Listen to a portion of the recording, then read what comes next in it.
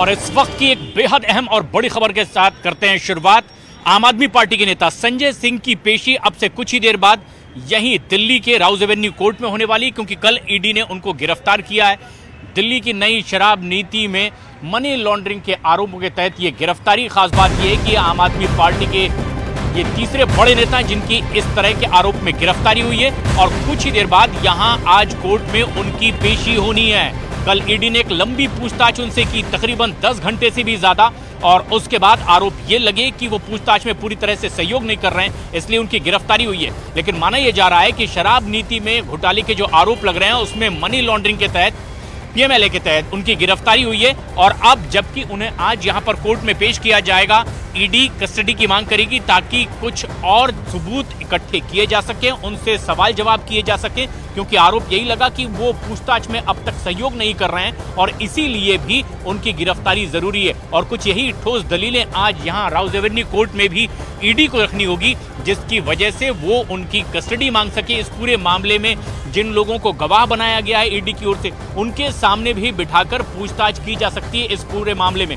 लेकिन खास बात यह है कि आज आम आदमी पार्टी के 3 बड़े नेताओं की इसी तरह से पेशी है शराब नीति घोटाला मामले में। मनीष सिसोदिया जो पूर्व उप मुख्यमंत्री हैं, उनकी गिरफ्तारी सुप्रीम कोर्ट में, अब जमानत को लेकर अर्जी दाखिल की गई। सत्येंद्र जैन जिनने की ईडी और सीबीआई के तमाम मामलों को एक कोर्ट में ट्रांसफर करने के लिए अर्जी दी है, उस मामले में भी सुनवाई हो रही है। जिनकी गिरफ्तारी हुई थी उन्हें भी रेगुलर बेल नहीं मिली है और वो अंतरिम जमानत पर स्वास्थ्य कारणों से बाहर हैं। और ईडी मुख्यालय में किस तरह की तैयारी, आनंद तिवारी हमारे सहयोगी इस वक्त हमसे इसलिए जुड़ रहे हैं। आनंद, कितनी देर में अब यहां पर संजय सिंह को पेश किया जा सकता है राउज एवेन्यू कोर्ट में लाकर?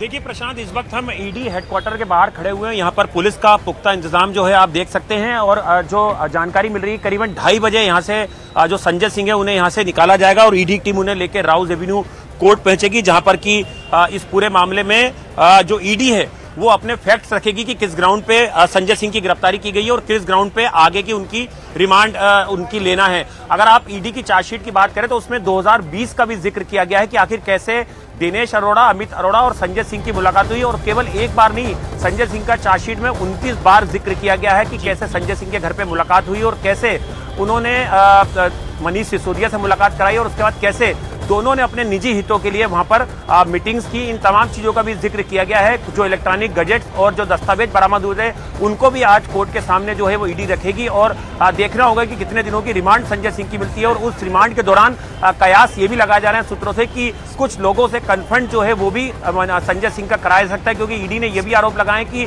आबकारी नीति बनवाने में संजय सिंह का भी एक महत्वपूर्ण रोल था और उसमें उनको किकबैक मिली थी, उन्हें पैसा मिला था, मोटा लाभ उन्होंने इससे कमाया था। तो ये तमाम चीजों में आरोप केवल दिनेश अरोड़ा के बयान ही नहीं है, बल्कि कुछ और लोगों के ने भी अपने ईडी की पूछताछ में या ईडी को इस तरह की जानकारी मिली है कि उन्होंने संजय सिंह का नाम लिया है। तो आने वाले वक्त में अभी संजय सिंह की मुश्किलें और ये बड़ी बात भी है, ये एक बड़े और गंभीर आरोप भी है। आनंद, जिस तरह की आप जानकारी दे रहे हैं, सूत्रों के हवाले से जो जानकारी आ रही है कि एक एक कर कुछ ऐसे सबूत अब ईडी के इन्वेस्टिगेशन एजेंसी के हाथ लगे हैं जिसके आधार पर संजय सिंह की गिरफ्तारी हुई है और कोर्ट में वो दलीलें भी रखी जाएगी। और इस वक्त की एक बेहद अहम और बड़ी खबर भी है, कुछ ऐसे ठोस सबूत हाथ लगने का भी दावा है और अब कोर्ट में ईडी उन तमाम सबूतों को भी पेश करेगी और ये बताएगी कि आखिर वो कस्टडी संजय सिंह की क्यों चाहती है। संजय सिंह जिनसे तकरीबन 10 घंटे से ज्यादा लंबी पूछताछ हुई थी, दिल्ली की शराब नीति को बनाने में भी उनके इन्वॉल्वमेंट की बात लगातार सामने आई और आरोप ये लगा कि संजय सिंह के जरिए ही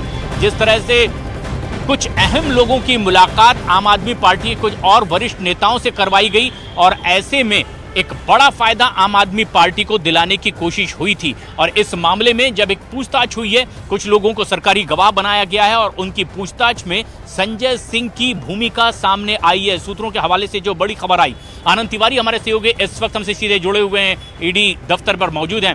आनंद, किस तरह की ठोस चीजें अभी तक संजय सिंह के खिलाफ इन्वेस्टिगेशन एजेंसीज के हाथ लगी है जिसका दावा किया जा रहा हो, जिसके मुताबिक वो कस्टडी चाहते भी हों?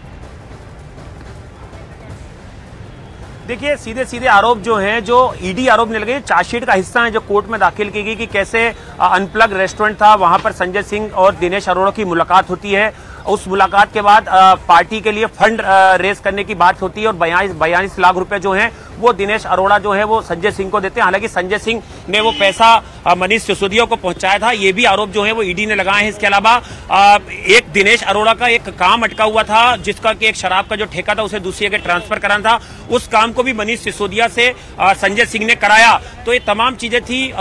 यहां तक कि आरोप ये भी है कि जो मुख्यमंत्री हैं उनके घर पे भी जो है वो दिनेश अरोड़ा का संजय सिंह ने वहां पर उनकी मुलाकात कराई। तो ये तमाम चीजों को लेकर संजय सिंह से कल लंबी पूछताछ की गई थी। उन्होंने कई चीजों के जवाब जो है वो संतोषजनक नहीं दिए, ईडी की जांच में उन्होंने सहयोग नहीं करा। तो उन्हें तमाम चीजें दिखाई गई कि आपके खिलाफ ये सबूत हैं।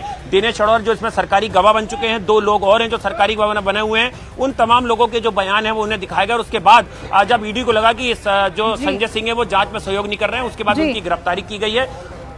बिल्कुल बिल्कुल, आपसे कुछ ही देर के बाद